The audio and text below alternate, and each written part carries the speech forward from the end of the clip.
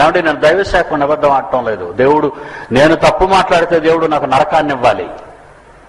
ఒకసారి తలకు రంగు వేస్తాడు, ఒకసారి కాషాయ వస్త్రాలు ధరిస్తాడు, ఒకసారి సూట్ వేసుకుని టై కడతాడు, ఒకసారి పులి వేషం ఎత్తుంటాడు. వీడు రంగులు మార్చే ఓసరవెల్లి టైపు. మొదట్లో మీరు తెలుపు రంగు జుత్తు, ఆ పైన ఎరుపు రంగు జుత్తు, ఈ మధ్య కాలంలో నలుపు రంగు జుత్తు, అంటే మీరు ఊసరవెల్లి వేషాలు వేస్తున్నారని వారు విమర్శిస్తున్నారు. దీనిపై మీ సమాధానం ఏంటి? ఆ విషయం కూడా నా దృష్టికి వచ్చిందండి. నా తల వెంట్రుకల రంగును కూర్చున్నటువంటి వివాదం. నేను ఒకప్పుడు ఎర్ర రంగు వేసుకున్నాను, తర్వాత నల్ల రంగు వేసుకున్నాను అని రకరకాల వ్యాఖ్యానాలు చేస్తున్నారు. ఇదంతా కూడా మళ్ళీ అజ్ఞానమే. రంజిత్ ఓఫీర్ని గురించి ఎవడు విమర్శించినా వాడికి విషయ పరిజ్ఞానం లేదు, లేఖన పరిజ్ఞానం లేదు, వాస్తవాలను గూర్చిన పరిజ్ఞానం లేకపోతేనే వాడు నాకు ఎదురు వచ్చేది. ప్రప్రథమంగా ఒకప్పుడు నా తల వెంట్రుకలు ఎర్రగా ఎందుకున్నాయి అంటే, శుభవార్త టీవీ నేను చూస్తుండగా కేశ్ యోగ్ అనే ఒక నూనె యొక్క అడ్వర్టైజ్మెంట్ వచ్చింది. అందులో వాళ్ళు సవాలు చేశారు, మీ తెల్ల వెంట్రుకలు నలుపుగా మారిపోతాయి, సహజంగా నల్ల వెంట్రుకలు వస్తాయి అని వారు ఛాలెంజ్ విసిరి వారు అడ్వర్టైజ్మెంట్ ఇచ్చారు. నేను దేవుని బిడ్డను, బైబిల్ నమ్మినటువంటి విశ్వాసిని. ఎవడునూ తన తల వెంట్రుకలు తెలుపుగా కానీ నలుపుగా కానీ చేయలేడు అని యేసుప్రభు వారు చెప్పారు.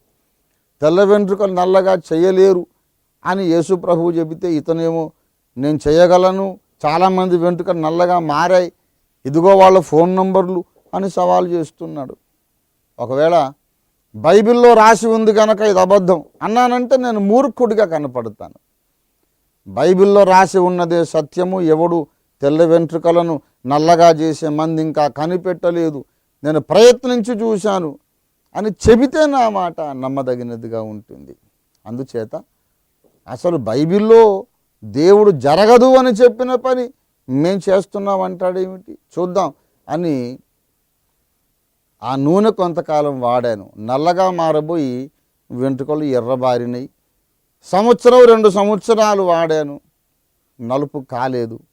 ఆ కంపెనీ వాళ్ళకు ఫోన్ చేశాను, సారు మీకు మీ దేహతత్వానికి సరిపడనట్టుంది మా నూనె, అందుచేత మీకు కాలేదు, వేరే వాళ్ళకు మాత్రం నల్లబడ్డాయి అని ఏదో వాళ్ళు సర్ది చెప్పారు.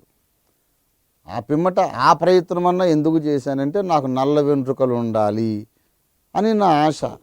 పాస్టర్ గారు, నల్ల వెంట్రుకలు మీకు ఇష్టమని మీరు చెప్పారు కదా, మరి బైబిల్లో నెరసిన తల వెంట్రుకలు కిరీటం అని ఉంది కదా, ఈ లెక్క ప్రకారం మీరు బాహ్య సౌందర్యానికి ఎక్కువ ప్రాముఖ్యత ఇచ్చినట్టు కనబడుతుంది. దైవ సేవకులకు ఇది సమంజసం కాదు కదా? కరెక్టే. దానికి నేను ఇచ్చే సమాధానం ఏంటంటే, అది కిరీటము కాబట్టే నేను తీసేశాను. కిరీటాలు పెట్టుకోవడం నాకు ఇష్టం లేదు, నన్ను నేను హెచ్చించుకోవడం నాకు ఇష్టం లేదు. ప్రకటన గ్రంథంలో 4-5 అధ్యాయాలలో 24 పెద్దలు తమ సువర్ణ కిరీటములు తీసి గొర్రెపిల్ల పాదముల యొద్ద పడవేసి, వధింపబడిన గొర్రెపిల్ల నీవే ఘనతయు ప్రభావమును జ్ఞానమును శక్తియు మహిమ స్తోత్రము పొందను అర్హుడు అన్నారు. కిరీటాలు వాళ్ళు తీసేశారు కనుక నేను కూడా నా నెరసిన వెంట్రుకలు అనే కిరీటం తీసేసాను అనుకోండి. ఇది నా సాత్వికం అని ఎందుకు అనుకోరు? బాహ్య సౌందర్యం మీద నాకున్న ఆశాన్ని ఎందుకు వ్యాఖ్యానిస్తారు? కిరీటం నిజమే, లేఖనాలు ఎరిగిన వాడిని, అందుకే నా కిరీటం ఇష్టం లేక ఆ తెల్ల వెంట్రుకల కిరీటం తీసేసి నన్ను నేను తగ్గించుకొని ఇలా నల్ల జుట్టుతో నేను పరిచర్య చేస్తున్నాను. అది విషయం. హిందువులు ఆకర్షించుకోవడానికి నేను మాట్లాడాను, అతను క్లిప్పింగ్ కూడా చూపించాను. ఏమని, నేను వేదాలని 120 కోట్ల మంది భారతీయులకి దేవుడు డబ్బిస్తే కొని పంచుతానన్నాడు. ఏమంటే భగవద్గీత ఒక క్రైస్తవ బోధకుడుగా చెప్పుకునేవాడు భగవద్గీతను హిందువులకు పంచడం అంత అవసరమా? లేదు లేదు లేదు. మరి ఇకపోతే ఇమ్రాన్తో పోటీ పడినప్పుడు బైబిల్ దేవుని మాటలా ఖురాన్ దేవుని మాటలా అంటే వాదించలేక ఖురాన్ దేవుని మాటలను ఒప్పేసుకొని ఖురాన్ తీసుకున్నాడు ఇమ్రాన్ ఖాన్ చేతుల మీదుగా. మీరు క్లిప్పింగ్ లో చూపించాను మీకు. క్రైస్తవుల మధ్యకెళ్ళి క్రైస్తవుల బోధకుడు నన్ను పులివేషం వేశాడు. హిందువుల మధ్యకెళ్ళి వేదాలలో క్రీస్తుని ముసుగేశాడు. ఇస్లాం వారి మధ్యకెళ్ళి నేను ఇస్లాం వాడినని ముస్లింనని ముసుగు వేశాడు.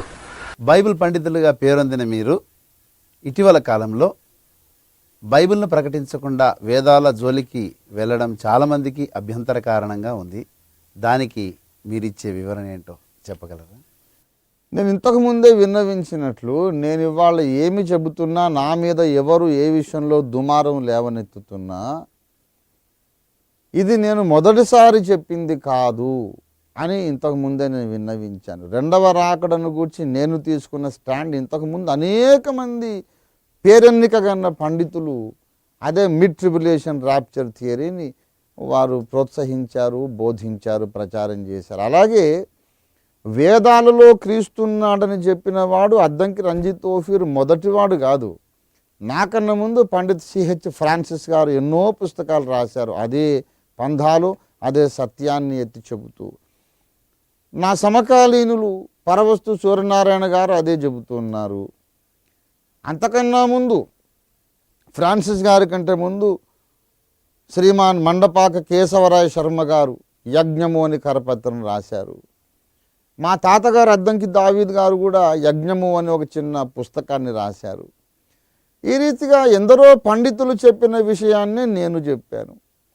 మరి వాళ్ళు చెప్పినప్పుడు దుమారు రేపలేదు, నేను చెబితే ఎందుకు రేపుతున్నారంటే, రంజిత్ ఓఫీర్ గారు చెప్పినప్పుడు అందరూ ఒప్పుకోక తప్పని పరిస్థితి వస్తుంది. ఒప్పించేస్తున్నాడు ఈయన, అందుచేత నా మీద దుమారం. అందరూ చెప్పారు, అవును కదా అనిపించలేదు. ఇవాళ రంజిత్ ఓఫీర్ చెప్పాడు, ఒప్పుకోక తప్పని పరిస్థితి వచ్చింది, అందుచేత నా మీద దుమారం రేపుతున్నారు. కానీ ప్రతి విషయములోనూ నేనే మార్గం నడిచానో ఆ మార్గం ఇంతకుముందు చాలామంది నడిచారు. ఉదాహరణకు బ్రదర్, ఇందాక మీరు లేవనెత్తిన ప్రశ్న నా కుటుంబ జీవితం గురించి అన్నారు.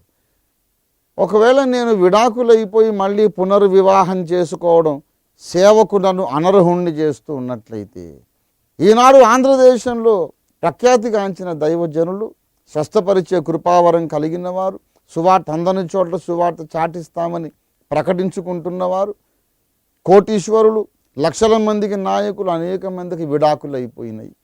అనేక మంది ఈనాడు ద్వితీయ కళత్రం రెండవ భార్యతోనే కాపురం చేస్తున్నారు. మరి వాళ్ళు ఎవరిని ఎందుకు ఏమనరు, నన్ను ఎందుకు అంటారు? పేర్లెత్తి చెప్పడం మంచిది కాదు. కానీ అందరికీ తెలుసు, ఈనాడు ప్రముఖ స్థానంలో ఉన్నటువంటి నాయకులు చాలామందికి విడాకులు అయిపోయింది, మళ్ళీ పెళ్లి చేసుకున్నారు. వారు లక్షల మందిని ప్రభువులోకి నడిపిస్తున్నారు. వాళ్ళని ఏమీ ఎందుకు అనరు, నన్ను ఎందుకు అంటారు అంటే, నేను సిద్ధాంతం మాట్లాడుతున్నాను కనుక నా మీద కక్ష కట్టారు. మా బోధ తప్పంటావా, నీ బ్రతుకు తప్పని మేము అంటాం అనే కక్ష కట్టారు తప్ప వీళ్ళందరూ నీతిమంతులు కాదు. నా కుటుంబ జీవిత పరిణామాలను విమర్శిస్తున్నవాడు ఎవడు యథార్థవంతుడు కాడని నేను ప్రకటిస్తున్నాను. ఎందుకంటే వాళ్ళ సొంత కొడుకే ఉన్నాడు అనుకోండి, వాళ్ళ కొడుకే, వాడి భార్య వెళ్ళిపోయింది, 7 సంవత్సరాలైనా రాలేదు, రాను పొమ్మంది, వాళ్ళ కొడుక్కి వాళ్ళు పెళ్లి చేయకుండా ఉంటారా? నన్నెందుకు తప్పంటున్నారు? నన్ను విమర్శించిన వాళ్ళు ఎవరు యథార్థవంతులు కారు అని ఇందుమూలంగా ప్రకటిస్తున్నాను. ఎందుకంటే యథార్థవంతుడైతే విడాకులైన ప్రతి సేవకుడిని నిషేధించాలి. వాళ్ళనేమో నెత్తిని పెట్టుకుంటారు, నన్నేమో తప్పంటారా?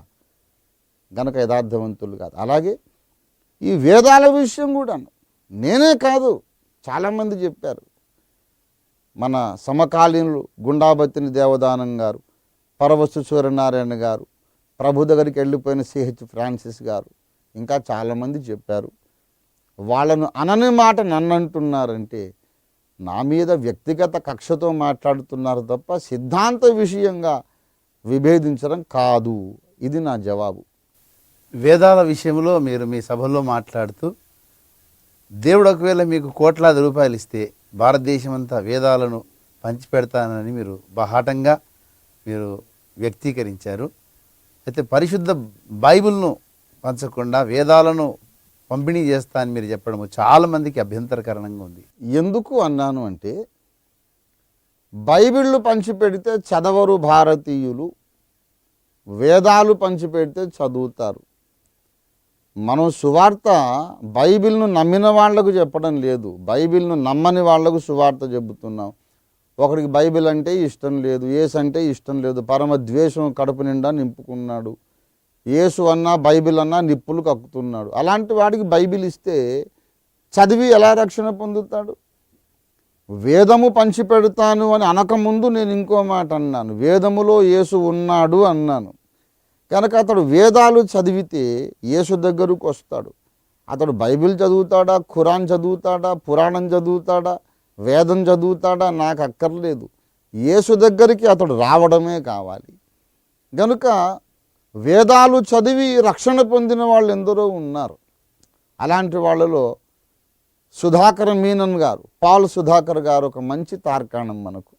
కృష్ణ మీనన్ గారి మేనల్లుడు, ప్రపంచ ప్రఖ్యాతిగాంచిన సువార్థికుడు పాల్ సుధాకర్ గారు వేదాలు చదివి రక్షణ పొందాడు ఆయన. కనుక అలాంటి వేదాలు అందరూ చదివేటట్లు ఏర్పాటు చేస్తే వాళ్ళు క్రీస్తుని తెలుసుకుంటారనే ఆశ, అంతే తప్ప బైబిల్ కన్నా వేదము గొప్పది అని కాదు నేను చెప్పింది. భారతీయులు బైబిల్ని అంగీకరించరు, వేదమును అంగీకరిస్తారు. అది చదివితే యేసు దొరుకుతాడని నా నమ్మిక కనుక పంచిపెడతానన్నాను. మీరు వారి పంతాలోనే వెళ్ళి వారికి క్రీస్తును ప్రకటించడానికి మీరు ఎన్నుకున్న మార్గం అన్నమాట ఇది. పౌలు భక్తుడు అదే నేర్పించాడు. ఏ విధము చేతనైనా కొందరిని రక్షించవలెనని అందరికీ అన్ని విధముల వాడనై ఉన్నాను అన్నాడు. ధర్మశాస్త్రం కలిగిన వారికి కలిగినట్లు, ధర్మశాస్త్రము లేని వారికి లేనివాడి వలె ఉన్నాను, ఏ విధము చేతైనా కొందరిని సంపాదించుకోవాలని. ఆ పంథాలు ఒక మనిషి రక్షణ పొందడమే కావాలి. ఉదాహరణకు చిన్నపిల్లవాడు మందు బిళ్ళ మింగాలి, చెట్టు మీద బూచాడు ఉన్నాడని వాడిని మింగిస్తాం.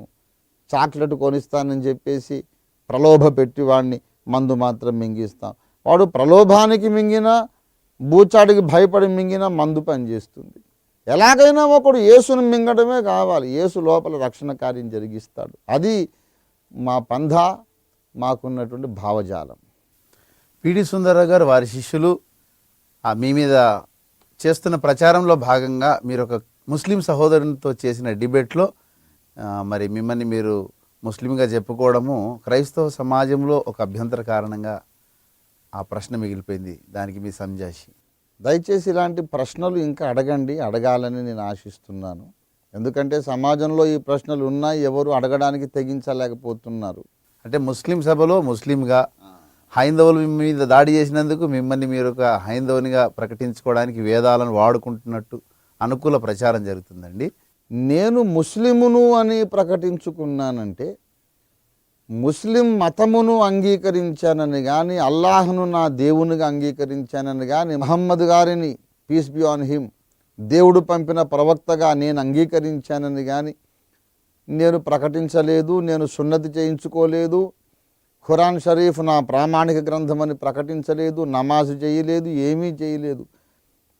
ముస్లిము సోదరులు చేసే కార్యక్రమాన్ని నేను చేసేది ఒకటి ఏంటంటే హలీం తింటానది ఒకటే ప్రీతిగా. అది తప్ప ముస్లిం సోదరులకు నాకు ఏ విషయంలోనూ పోలిక లేదు. నేను ముస్లిం మతమును అంగీకరించానని కాదు, ఆనాడు నేను చెప్పింది ఏమిటంటే ముస్లిం అనే మాటకు ఇస్లాం ధర్మమును ఆచరించువాడు అని భాషాపరంగా అర్థం ఉంది. ఇస్లాం అంటే total unconditional surrender to God, దేవునికి 100% బేషరతుగా లొంగిపోవడం, అప్పగించుకోవడం, లోబడడం అని అర్థం ఇస్లాం అంటే. కనుక నేను చెప్పింది ఏంటంటే హెబ్రీ పత్రిక 9:22 ప్రకారం, లేవియా కాండం 17:11 వచనం ప్రకారం రక్తము చిందించకుండా పాప క్షమాపణ కలుగదు అని దేవదేవుడు నియమించి ఉండగా, రక్తము చిందించనక్కర లేకుండానే దేవుడు పాపాలు క్షమిస్తాడని మీరు చెప్పుకుంటున్నారు. ఇది విధేయత ఎలా అవుతుంది? ఇది ఏ విధంగా దేవునికి టోటల్ సరెండర్ అవుతుంది? రక్త ప్రోక్షణము అవశ్యము, లేకపోతే పాపాలు కడుగబడవని దేవుడు చెప్పాడు. దానికి లోబడ్డ నేనే సంపూర్ణ విధేయతను చూపిస్తున్నాను. నేనే అసలైన ఇస్లాం అనగా దేవునికి విధేయతను ఆచరిస్తున్నాను. ముస్లిం అనే పేరుకు తగిన వాడిని నేనే అని చెప్పాను. అంటే ముస్లిం అని చెప్పుకుంటున్న మీరు దేవునికి విధేయులు నిజంగా కండి, యేసు రక్త ప్రోక్షణమును అంగీకరించుట ద్వారా అని నేను ఇచ్చిన సందేశం. అంతే తప్ప అల్లాహయే దేవుడని, మహమ్మద్ గారే ప్రవక్తయని, నేను త్రిత్వము లేదని, యేసు పూజార్హుడు గాడని ఏ విషయాన్ని ఒప్పుకోలేదే నేను. ఆ పేరుకున్న అర్థాన్ని వివరించి దాన్ని ఆధారం చేసుకొని సువార్త చెప్పాను. అలాగే హిందువుల్లో పోయి హిందువును అన్నాను అంటే నేనేమైనా గుడులకు వెళ్ళి కొబ్బరికాయలు కొట్టానా, ఎక్కడైనా పుణ్యక్షేత్రాలు దర్శించి పుణ్యస్నానాలు చేశానా, నేను హిందువుగా మారాలనుకుంటున్నారని మీరు ఒక అని కూడా కరపత్రం రాశాను. అక్కడ ఏం చెప్పానంటే హిందూ అనే మాట సింధులోయ నాగరికత నుండి వచ్చింది. సింధు సప్తాహము పోయి ఉర్దూలో హఫ్తా అయింది, సకారము హకారం అవుతుంది. గనుక సింధులోయ నాగరికత ప్రజలే సింధు ప్రజలే తర్వాత హిందూ ప్రజలైనారు. గనక సింధులోయ నాగరికత కాలములోనే ఋగ్వేదము రాయబడింది. ఆ సింధు ప్రజలు నమ్మింది ఏమిటంటే రక్త ప్రోక్షణ లేకుండా పాపక్షమాపణ కలగదని నమ్మారు. గనక సింధు ప్రజల నమ్మిక పరమాత్ముడు యజ్ఞమై మరణించి లేస్తాడని సింధు ప్రజలు నమ్మారు. నేను అసలైన సింధువును, అసలైన సింధు పౌరుడను, అసలైన సింధు ప్రజల విశ్వాసము నేను కలిగి ఉన్నాను. పరమాత్ముడు నరావతారమెత్తి యజ్ఞమైనాడని మీరు నమ్మకపోతే సింధు అనే పేరు పెట్టుకోవడానికి మీరు ఎలా యోగ్యులవుతారు? అంటే వారికి ప్రీతికరమైన ఆ మతము యొక్క నామధేయాన్ని ఉపయోగించుకొని యేసే రక్షకుడనే సత్యాన్ని ఆవిష్కరించాను. సువార్త చెప్పడానికి నేను ఆ పదాలు వాడుకున్నాను తప్ప నేనేమి మసీదుకు వెళ్ళి నమాజు చేయలేదు, హిందూ దేవాలయాలకు వెళ్ళి నేను ఎప్పుడు ఏ పూజలు చేయలేదు. నేను హిందువునో లేక ముస్లిమునో అని ప్రకటించుకున్న మాట నిజమైతే ఇప్పటికి 3 సంవత్సరాల నుండి శుభవార్తలు చెబుతున్నానే ప్రతి గురువారం సువార్త. ప్రతి గురువారం ఏమని ముగిస్తాను నేను ప్రసంగం? ప్రభువుని యేసునందు విశ్వాసముంచుడి మీరు మీ ఇంటి వారు రక్షణ పొందుతారు అని చెబుతున్నాను. నన్ను అడిగిన వాళ్ళకి కాస్త బుద్ధి జ్ఞానం ఇంగితం ఉండక్కర్లేదా చెప్పండి? యేసు తప్ప వేరొక రక్షణ మార్గం లేదని చెప్పేవాడు ముస్లిం ఎలాగవుతాడు? హిందువు ఎలాగవుతాడు?